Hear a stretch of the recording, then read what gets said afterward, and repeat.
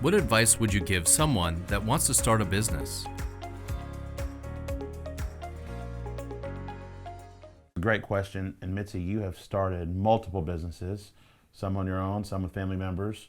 So what would you say to that? Probably the most important part of starting a business would be the business plan. Definitely comprehensive feasibility study to make sure that you have a viable business and that with either yourself or partners that you have common goals and that it's financially and market-wise and in every way a feasible business. And you want to start out with a successful plan because if you don't, you're likely not going to be successful. So some folks I talk to think they don't need a business plan. They say that's just if you need to give it to the bank or whatever.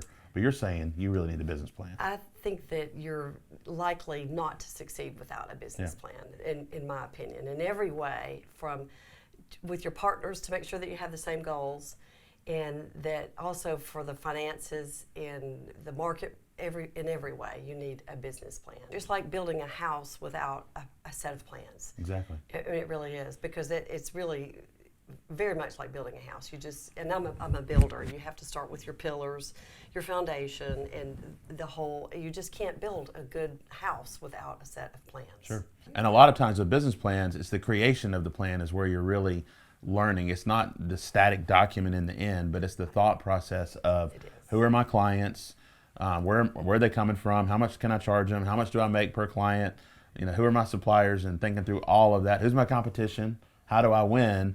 So all of that goes in this thought process, things that you might not think about if you don't try to put it on paper. Well, the whole time you have to be cognizant of what is your value, because you have to always be ahead of value. If you aren't giving value, then you why do you exist? There's no reason for people to pay you money. Mm-hmm. You have to be sure that you're always giving more value than you're receiving money. Right. And that's the essence of why that you exist and why people would support you.